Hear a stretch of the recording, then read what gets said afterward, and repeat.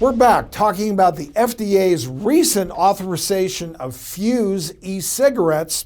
We have public health expert Dr. Michael Siegel, the president of Tobacco Free Kids, Matt Myers, and the founder of Parents Against Vaping e-cigarettes, Meredith Berkman. Dr. O, let me just jump in so our folks at home know exactly what these numbers look like for teenagers, right? So 20 years ago, 22% of our kids smoked every single day. That number today is down to 4%, but almost 40% of our teenagers are now vaping. So that's a super big jump in the last 2 decades. I'll give the floor back to you guys. The core of our advocacy has focused on the flavors because the flavors have addicted the kids. Nicotine is a gateway drug. It primes the developing brain.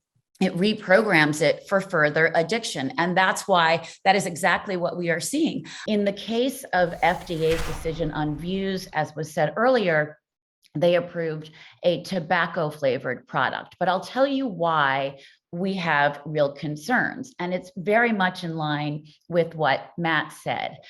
We do know that the flavors have addicted so many kids. And we also know that kids migrate to whatever flavors are available. One thing that really concerns me about this decision is that they set aside making a decision about menthol flavored Vuse. In fact, they have put aside menthol as a separate category. Now, menthol is mint, and mint is one of the most popular kid flavors. In fact, in this moment, menthol has become one of the most popular kid flavors.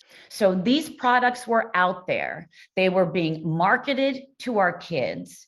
Our kids were being targeted through the use of young-looking influencers, flavors, and social media marketing on channels where adults, like all of us, were not going, but our kids were. All of this has come out in congressional testimony, including my own and my son's, and I know Matt's as well. So we have to remember what we're really talking about is the predatory behavior of the tobacco industry that we have seen before. Remember, this is a generation of young people who would otherwise not have been initiated into tobacco use.